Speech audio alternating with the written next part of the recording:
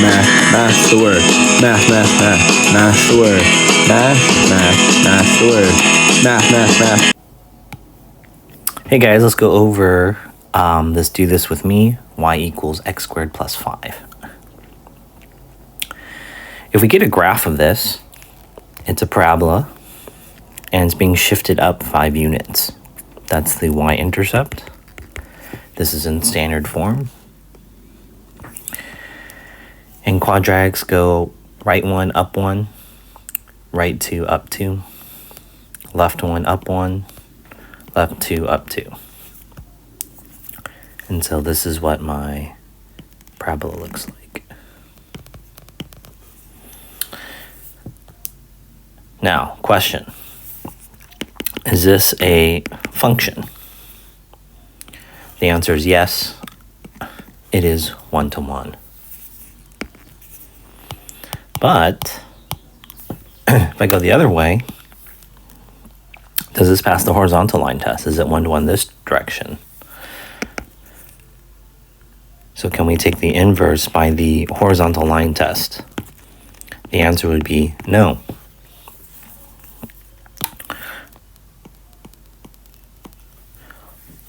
So to do that, we're going to have to restrict the domain. Restrict.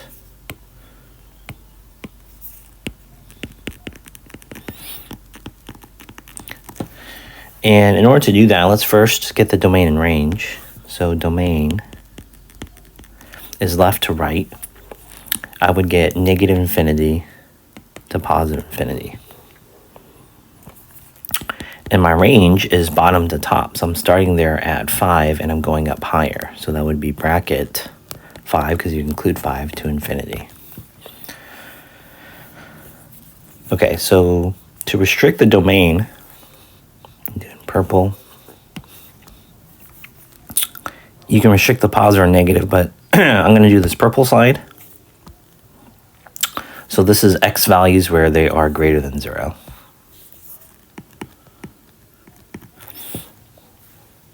Or our new restriction would be in interval notation 0 to infinity. Okay, so that was for the original function here.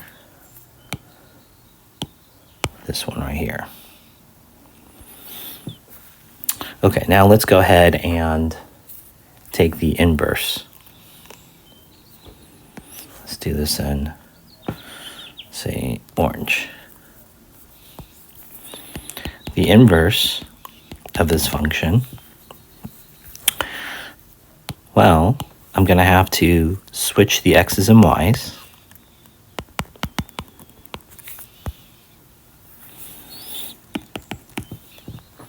I'm going to subtract 5.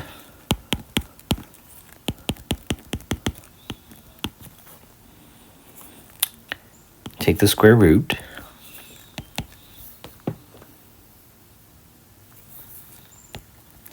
Remember, you have to have plus or minus. And this will be now my new inverse.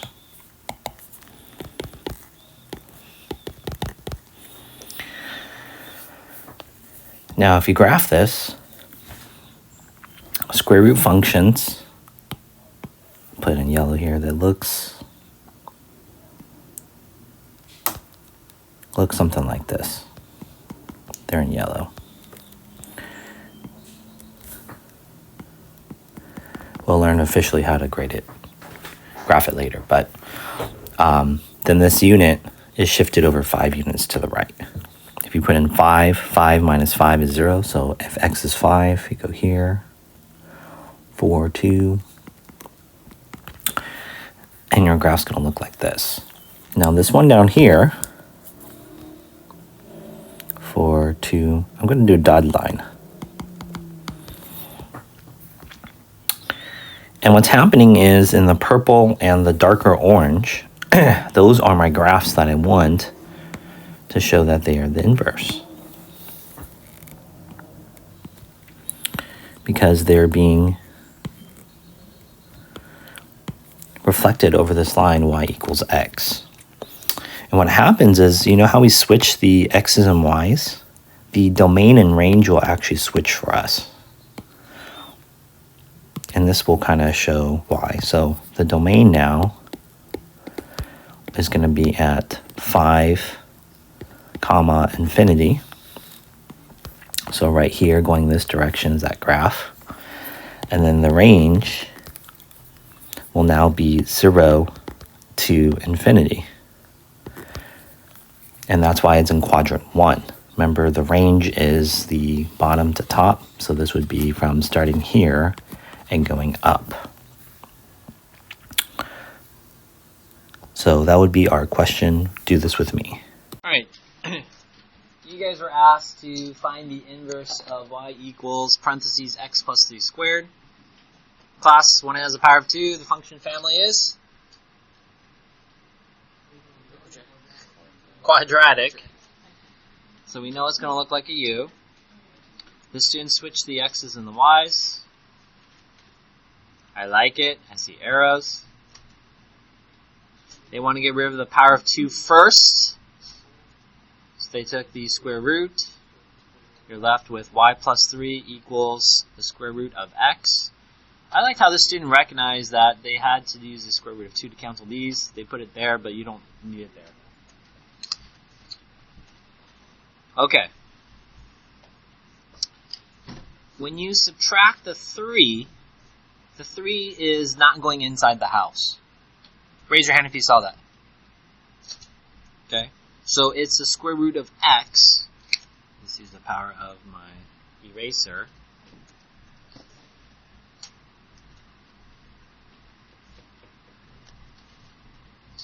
To make that super clear, it's just the square root of x minus 3 equals y. Same thing here. This will just be the square root of x minus 3.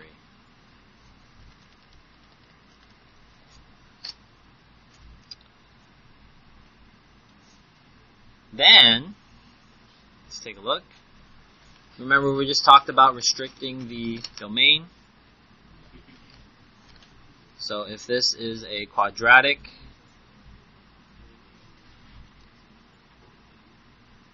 so something like that, then our restrictions can be something like this. Let's take a look at our graph. So she had the original graph, shifted left 3 units. So this is a 3.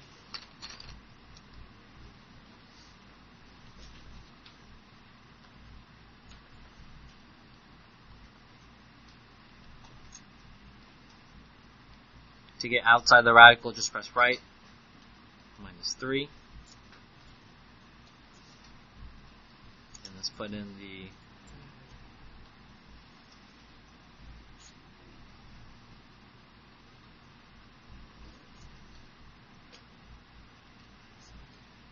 so if I want values that are greater than negative 3,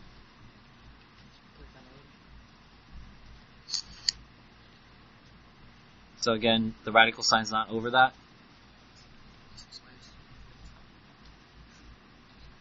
You can kind of see that each point is kind of being reflected over that line. Okay?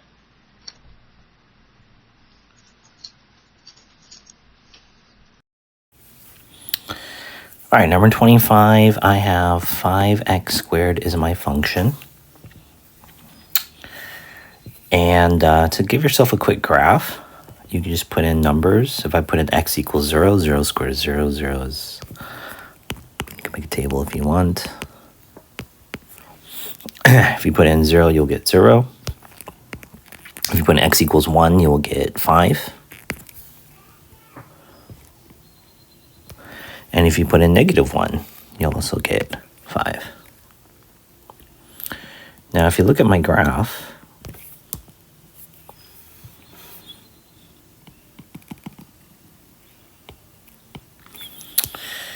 the domain, so that's going left to right, you can pick negative numbers and all the positive numbers. Remember, 2 arrows, super helpful.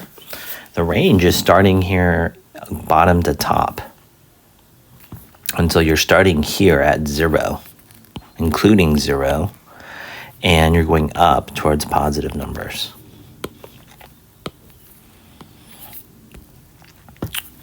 Okay, so how do we find the inverse? You're going to change the f of x to a y. You're going to switch these in places. And then now solve for y. You're going to divide by 5. So I have x over 5 equals y squared. You're going to take the square root. You're going to have plus or minus the square root of x over 5. Okay, so that now becomes my inverse. Oops.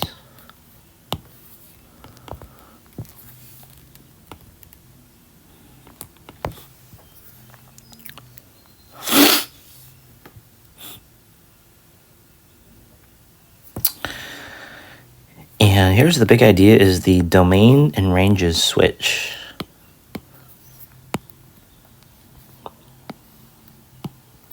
So that's now going to become negative infinity to positive infinity.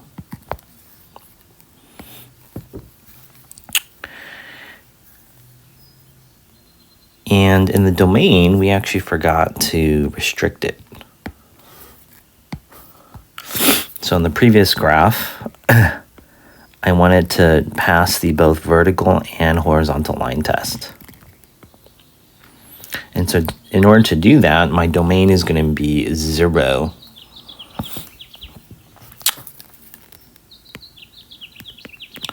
to infinity.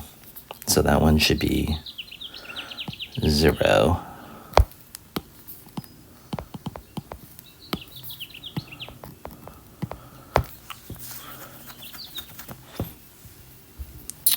And then my range,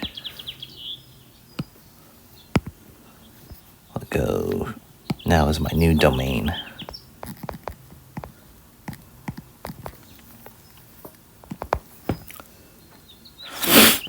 So when you graph this, let's get some values.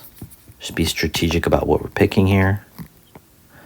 I basically want to pick numbers that are 0 or greater, so I put in 0. We will get 0. If I put in 5, 5 divided by 5 is 1, square root of 1 is 1. And if I put in, I think that should be enough. So if I put in 0, 0, and then 5, 1, this is my new graph for the inverse. You're going to notice that blue graph, the domain is 0 to infinity because starting here and it goes in this direction. And then the range starts at 0 from bottom to top and can go towards infinity that direction. And of course, it is being reflected over our line y equals x.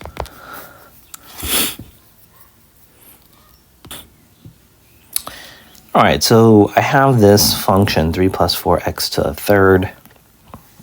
I'm just going to give myself a quick graph. Just think strategically, if I put in negative 1 to the third power is negative 1. Negative 1 times 4 is negative 4. Negative 4 plus 3 is negative 1. Put in 0, 0 cubed is 0. 0 times 4 is 0. 0 plus 3 is 3. And if I put in 1, you will get 7. If you put in 2, 4, 8, you'll get a huge number. 8, 32, 37. So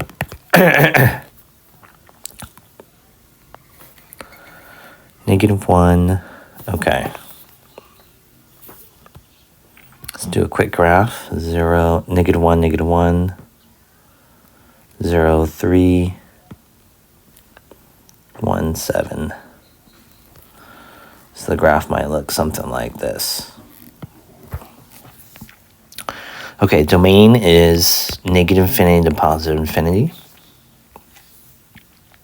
And I don't have to restrict that because it's going to pass the vertical line test. So it's a function. And I don't have to restrict it because it'll pass the horizontal line test. So I can take the inverse of this. Now the range going from bottom to top is negative infinity to positive infinity.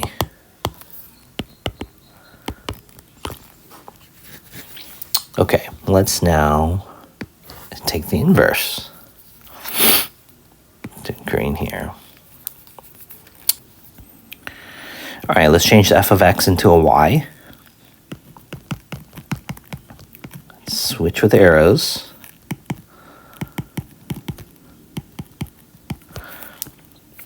Subtract 3. Divide by 4. And to get rid of that, you're going to have to do the cube root. Put your function notation back. We've taken the inverse.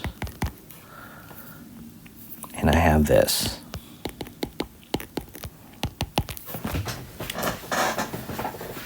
So let's put that up here. You guys haven't really graphed these yet, which is okay. And let's go ahead and make a quick table and think of some numbers. Well, if I put in 3, 3 minus 3 is 0, 0 divided by 0. 0 divided by 4 is 0. Cube root of 3 numbers that multiply to be 0 is 0.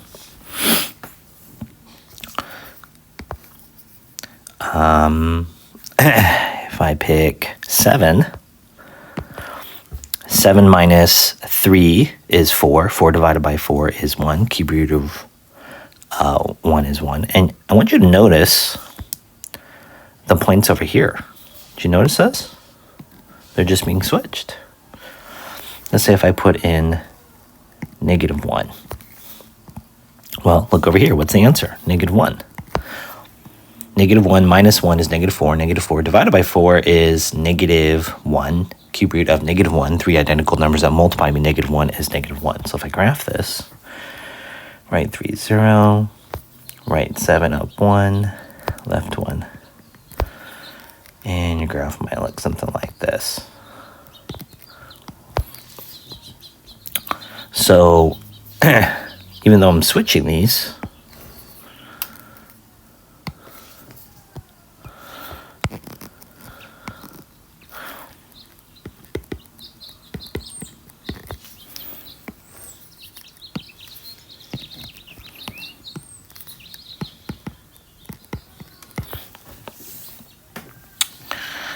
we don't have to restrict anything.